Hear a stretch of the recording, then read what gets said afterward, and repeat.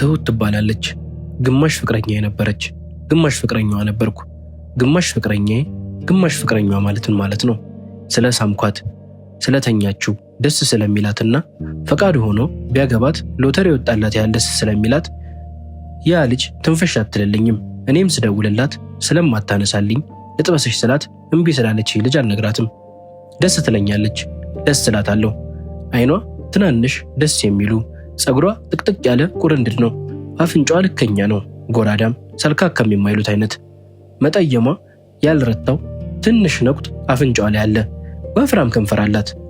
ዘመኑ ከንፈር ውበት መሆን የጀመረበት ነውና ውበት ሆኖላታል። አይነ ግቡ የደም ገንቦ ናት። ዝምተኛ አይደለችም።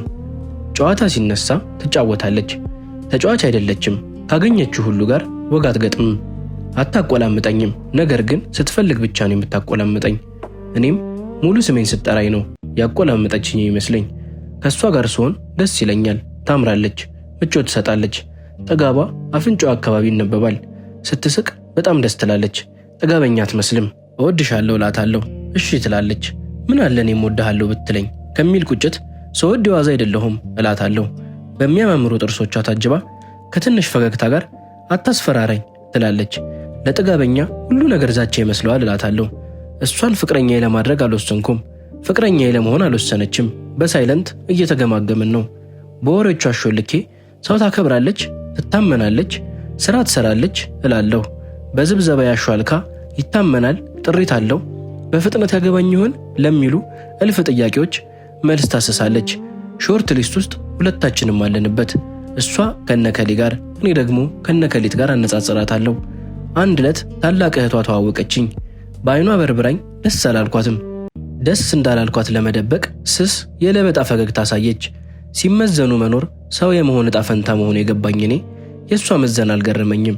ቀኑን ሙሉ እንከኔን ለራሴ የምነግር ግለሰብ እንከናም ሆኖ መታየት አያደማኝም። ከምንም በላይ ሰው እንከናም ፍጡር መሆኑን የማውቅና ገና እህቷን ለመጥበስ ያላሰብኩ መሆኑን ስለማውቅ አልደበረኝም። እህቷ አይኗን ከተቀደደው ኮሌታ ላይ ማንሳት አልተቻላትም። አሁን ኮሌታ ያን ያህል የሚፈጠጥበት የጨርቅ ክፍል ነው? ገብቶኛል። በኮሌታ የመቀደድ ውስጥ የኢኮኖሚ ኩስምና ያሳስቧት ነው። የገዛ እህቷ አስተያየት ስላላማራት አንባቢና የተማርኩ መሆኔን አተተች። ማንበብና መማሩ አሮጌ ሸሚዙን ካልቀየረለት ምን ይጠቅመዋል ትል ይሆናል። የዓለም አንደኛውና ትልቁ መመዘኛ ጨርቅ ነው። በካፒታሊዝም ዓለም ቅልቦች፣ መልካምነት፣ ዕውቀት፣ አስተዋይነት፣ ፈሪሃ እግዚአብሔር የሚባሉ ሐሳቦች ገንዘብ ካላመጡ ቦታ የላቸውም። በሂደት ከትሁት ጋር ተግባባን። ሙሉ ፍቅረኛሞችም ሆንን። ትሁት አንድ ዕለት የተከራየችውን ቤት ቀይራ ወደ አዲሱ ቤቷ ዕቃ እያጋዝን ሳለ በአጋጣሚ ዳጎስ ያለ ደብዳቤ እጄ ገባ። የሰው ልጅ ስውር ነገር ለማወቅ ያለው ስምጥ ፍላጎት አይለካም። ከተገለጠ ሙሉ ነገር የተሸፈነው ግማሽ ነገር ቀልቡን ያስተዋል። በፍጥነት ወጣ ብዬ ወረቀቶቹንና ፖስት ካርዶቹን የጃኬቴ ኪስ ውስጥ ሸጉጬ ተመለስኩ። የት ሄደ ነው ስትል እንዳልሰማው ወደ እሷ እየተራመድኩ ሆን ብዬ ተደናቀፍኩ። እኔን አለች ተደናግጣ። አሁን ቀልቧን መበተኔን አየው። ሐሳብ መበተን በተፈጥሮ መካኔን አውቃለሁ። አንዳንድ እውነት ውጤቱ ብቻ ምስክር ነው። በጣም የናፈቀኝን ሰው ለማግኘት የጓጓ ያህል ሲመሽ ወደ ቤት የበረርኩ። ደረስኩኝ። የድሮ ፍቅረኛዋ የጻፈውን ደብዳቤ ማንበብ ጀመርኩ። ፖስት ካርዱ ላይ የጻፋቸው ሐሳቦች ሕይወት አላቸው። ወረቀት ላይ ያሰፈራቸው ጽሑፎች ትናንት የሄዱበትን መንገድ ይናገራል። እንደሚያከብራት፣ ሰርፕራይዝ ለማድረግ የሚሄድባቸውን ልፋቶች፣ ስለ ነገ ልጆቻቸው ስም፣ ስለ ነገ መንገዳቸው የሚያወራት፣ ስታኮርፍ የሚለማመጥበት መንገድ፣ የእሷ የሆኑትን የሚያከብርበት፣ የእሷን ጉዳይ ጉዳዩ አድርጎ መቁጠሩን ካነበብኩ በኋላ መለመላይን የቀረው እስኪመስለኝ ድረስ አስደነገጠኝ። መቼ ነው የእሷ የሆነውን እንደምወድ በማስረጃ ያሳየኋት? መቼ ነው ስለ ነጋችን እንድትናፍቅ አድርጌ የማውቀው?